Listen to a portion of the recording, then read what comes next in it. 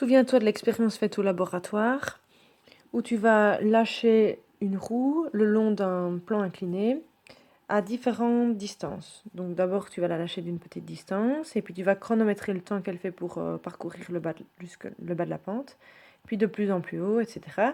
Donc tu vas avoir différentes distances.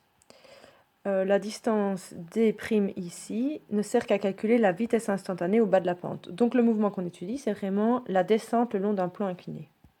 Ici les résultats. Tu as donc les distances dans la première colonne, le temps de descente dans la deuxième colonne, le temps pour parcourir la distance d, mais ce qui nous intéresse, c'est que ce temps, ça ne servait qu'à calculer la vitesse instantanée qu'on a ici.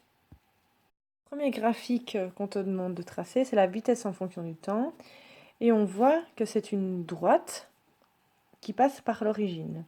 Les variations de vitesse pendant des intervalles de temps égaux sont toujours de même valeur. L'accélération a été constante. Autrement dit, la vitesse augmente de façon proportionnelle au temps écoulé et on peut indiquer comme ça la relation qu'on voit déjà sur le graphique. V, c'est égal à une constante, qu'on peut appeler aussi K si on veut, fois le temps. Si on veut calculer cette constante, ça va nous donner en fait l'accélération. Parce que pour la calculer, on va prendre la pente de la droite.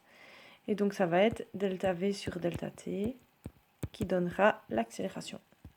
Le type de mouvement, quand on voit ce graphique, est donc un mouvement rectiligne uniformément accéléré. C'est un mouvement dont la trajectoire est rectiligne et l'accélération constante. Le graphique suivant de la distance en fonction du temps a été fait avec le tableau de mesure. La courbe est une parabole. Pour des déplacements quadruplés, le temps de parcours ne semble que doubler. On peut émettre l'hypothèse d'une fonction du second degré, par exemple, x est égal à k, la constante, fois t au carré. Pour confirmer ceci, on peut faire le graphique de x en fonction de t carré.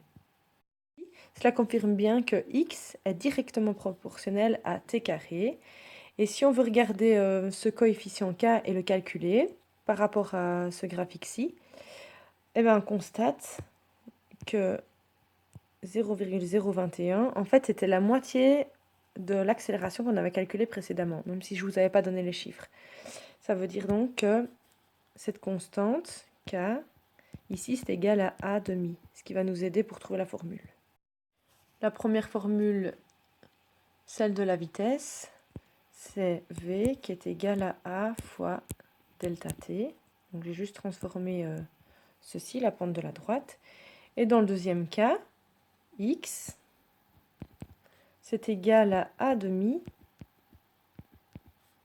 fois t au carré. Donc j'ai utilisé cette relation-ci sur la droite et j'ai remplacé le k par a demi.